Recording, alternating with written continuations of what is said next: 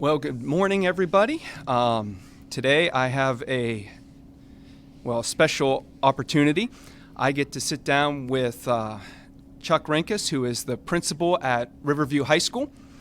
And because school is starting next week, we are going to sit down and just talk about what does it mean for the kids to go back to school right now, and how can the community help the schools as they reopen. And so, Chuck, I know that you are, most of your kids are going to be coming back next Tuesday, yes. But I know some of you have started already. The COTC kids and the Zane State kids have already started. Yes. What are some of the challenges that you guys face this year that you don't have from the past? Well, let me say thank you for inviting me this morning, and we really appreciate take the opportunity to talk to some people this morning, and obviously put this out on not only the radio but also on the video. A lot of challenges this year. Every school year, opening a school is a challenge just because the new faces coming in and different things that you have to do, whether it be from the state or the national government. But this year, with all the health challenges and COVID-19 in particular, it's been just the ultimate challenge in my 30 years. We do have kids that are starting school. Our Career Center has been up and running now this week. So this morning, if you were here, you would have saw some kids jump on the Career Center bus to head down to the Career Center. Our students that are CCP are going to college classes, whether that's on campus or doing the remote learning at this point. So those kids are already going. And we hope to obviously get back into school next Tuesday. We're going to have not only our face-to-face kids, they're going to be coming on buses and dropped off in cars, but also our remote kids will also start next Tuesday. Well, that's great. What are some of the specific challenges that you think, especially the teachers, are going to face this year as they come back into a rather awkward and difficult environment? Yeah. For me, in thinking about the questions, and I appreciate you giving me the questions ahead of time to kind of look over those. Thank you for that. The biggest thing for, I think, anybody, and obviously we're in a worldwide pandemic right now, is just the unknown. I mean, the virus is the thing. You can't see the virus. If there was something that you could see, you could touch, you could actually put your hands on it, obviously it'd be a lot easier to deal with, especially when you're talking about social distancing, especially when you're talking about having kids in spaces inside. The problem with that is, and we can go on a political rant too, whether you believe it's really there or you're clear on this side, just it's not really being able to be seen. So that in itself, with the adults in the building, and then you throw into, hey, I am in that group of that could contract something. We've been dealing with some of those things too. Our staff has been great. We're now on day 8 of professional development. We'll finish out the rest of this week in professional development and have Monday for PD also. But our staff has been really good about trying to learn not only about the virus and how some of the health protocols we're going to put into place here in the building, but also all this new technology and platforms that we're going to use with the kids when they come back to help them through this situation. Now, I think specifically, obviously you have a lot of professional challenges that just the logistics of learning new curriculum, online curriculum, all that. But I know there's going to be some challenges just from the emotional and psychological ramifications from coming back to school this year. How do you anticipate dealing with that? Yeah, I mean, we haven't had kids or teachers really in the building since March 13th, which is actually a Friday the 13th. It's a little spooky that way. And that's going to be very difficult. I said to our teachers yesterday in our staff meeting, you've been in here for almost 2 weeks now, prepping and getting ready, and many of them were in here several days getting their rooms ready for that. And they feel a lot more at ease just because now they're in the building and obviously getting back into a routine. Students are going to show up on Tuesday, not been in the building since last March, and really for most of them not done anything online technology-wise with school. We did paper packets from March all the way to the end of the school year, but they were not in the building, not seeing their friends, not seeing their teachers. So just that piece of coming back into the school building and walking through that threshold is actually going to be pretty emotional for some of them. We have 2 counselors that are here in the building all the time. One of the things we're going to do right away is ease into it. All right, we're not going to jump right on top of the curriculum in the first day and say, listen, this needs to be done by the end of the day, because we understand that that emotional piece has to be the one that comes into play first. If kids do not feel comfortable about what's going on, or they don't like what is happening, all right, you're not going to get the best you can out of them at all. No, obviously not. So I'm glad you guys are taking time to develop the psychology and the emotional aspects, because those kids, you're right, they're not going to be ready for school when it starts. I do know that you guys put a lot of emphasis on leadership development, on the Black Bear Code.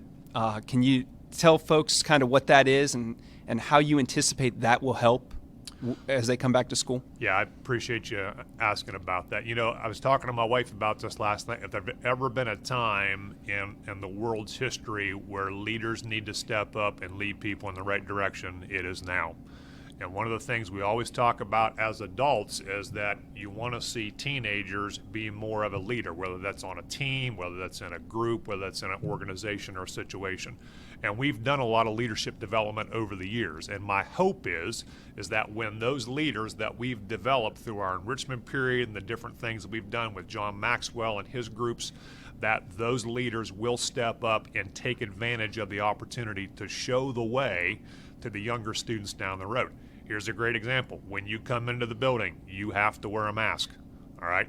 I'm counting on our leaders, and not just by grade level, but also by how they influence people around them. Because everybody can be a leader. The real question is it going to be influential in the positive way or influential in the negative way? And then we have to deal with that.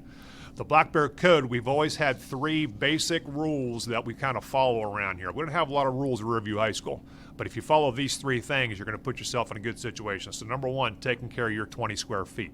So we're asking kids, if you can do the right thing for yourself, then that sets an example for the person beside you. And then rule 2 is E plus R equals O. And for some of the people watching, you may not know that E plus R equals O, the event plus your response is going to equal the outcome. So the only thing we can control in that is your response. We've got all this event going on, this worldwide pandemic, but the only thing we can control is basically our response to a better outcome. And then rule number 3 may be the most important, and we preach this and talk about this all the time, is serving others to create a better you.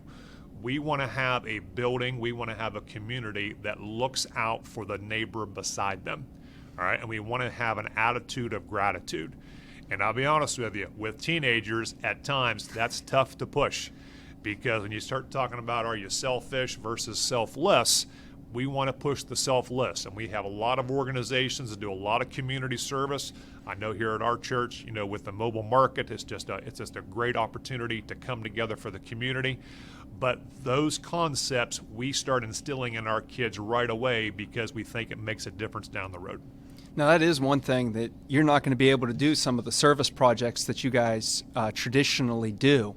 And so you're going to be looking for new outlets, I'm assuming, for community service and just trying to get the kids actively involved in their leadership development. So I'm hopeful that we can partner and help with the community. I'm hopeful that the kids will take a lead in that. One of the things that I'd love to see is these students really showing the community at large, hey, this is a tough situation, but we can do it. I know I've experienced that with your students in the past, where they step up, even in groups of adults, they step up and they are true leaders, and I've relied on them with service projects. It's been a wonderful experience to see Black Bear seniors leading in groups where they are the youngest members, and that's been wonderful for me personally to witness and to be able to just trust them, just tell them, hey, I need you to do this, and then be able to walk away because I know that senior is going to take the lead and do it. So that's great. But obviously, those seniors, they shouldn't be, those, even your kids should not be the leaders necessarily all the time. So we talk about loving our neighbors, we talk about serving the community. What is that going to look like from the community standpoint? What do we need to do to help out your staff, your teachers, your students? What does loving your neighbor look like when we interact with your people? Great question. I think number one is, following the health protocols. And you say, well, what's number one in that? I think that's wearing a mask. Kids know when they come into the building, they're going to have a mask on. We're going to try to keep social distance in our classrooms, in our common areas, but at the same time, when they're inside, just like we are at our athletic events, when you're outside, you got to have a mask on. So as the adults in the community, if we can show and be a great example to our kids about, listen, this helps stop the spread of what's going on, so we can, number one, stay in school, two, participate in athletics, and three, stay healthy until we can get a vaccine to go away. I think that's just a huge piece. The second piece of that is talk nice about your teachers. Be respectful of your teachers. There's going to be some things that I'm going to put out this year that, to be honest with you, it's going to be 50-50. Some people are going to be upset about it. Some people are going to think that's the greatest thing ever. We're trying to do the best thing that we can. Be respectful of the people that are trying to educate your son or daughter. They're doing the best that they can. We do not have a staff member that's going to intentionally, in this whole district, in this whole community of Coshocton, that would intentionally do something to hurt a youngster. All right, but they may make a decision that angers you. You just got to call and have a conversation. So I think if you're following the health protocols to set a good example, and you're talking about the people that are actually trying to lead your kids and teach your kids in a respectful way, if you can do those two things at any point in life, not only during a worldwide pandemic, I think we're going to be a better world. I agree. That would be that'd be my top two anyway, and that is something. Is there any? We know that that you're going to be trying to pass out food to kids who are remote learning. We know that you're going to be in some difficult logistical positions. Are there things that the community can do to help out with some of that, or is that going to be just kind of support us, make sure that people understand we're doing as good as we can? Yeah, let me explain what the pastor's talking about. So right now at the high school in particular, and throughout our entire district, at the high school we have about 74% of our kids that will be face-to-face coming into the school building just like you did when you were in high school. The other 20-some% is actually going to be remote learning. So we have a learning platform called Courseware by the company called Edmentum. So we're going to be going through the lessons at the same time, whether you're a remote kid or you're a face-to-face kid. But those remote kids will not be coming to the building at all. Those kids can switch at the end of each grading period if they want to come into the building and participate in the face-to-face stuff. And we have some kids that will come in for music opportunities and athletic opportunities also. But on Fridays, we will be taking food around to those remote kids, especially those ones that are on free and reduced lunch. And we know in our community, with the economic times being as hard as they are, that number keeps growing in our school district. And thinking about this question, you gave it to me last night, I think a couple of things. Number one, I know many of the schools have prayer partners. We would love to see that happen, where you actually get a hold of the administrator at the school, get a staff list, and individually have a prayer partner for each of those staff members, including cooks, custodians, parapros, bus drivers, all of those people.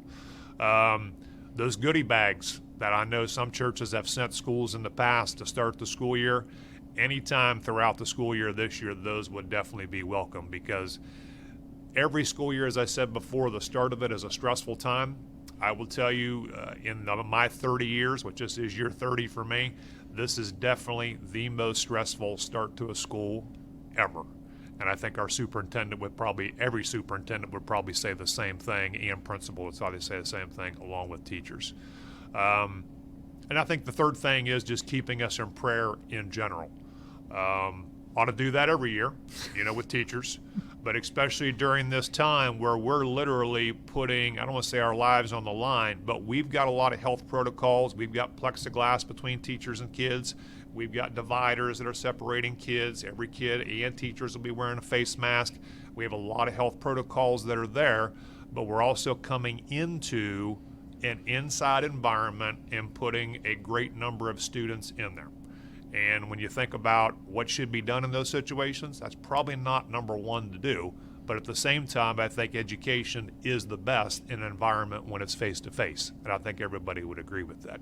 So keeping us in prayer, contacting your building administrator about having a prayer partner, or possibly even at the time, maybe donating some snacks here or there for teachers over a lunchtime period. I think any of those three things would just be fantastic. That's great, because I know I participated last spring when you guys were doing food pass outs, and to see the amount of work that went into coordinating and passing out those food items, that was an immense amount of work. Joel Moore and Jovi Metz did a wonderful job getting that organized, and it was so great for me to participate and see that. And yeah, I'm hopeful that people will donate to the schools and help out your teachers, because you guys are going to have a stressful year, and like you say, just even any little thing to let them know they're not in it alone. I do appreciate you sitting down with me today. Are there any other words of wisdom or advice that you want to give to people as we sign off?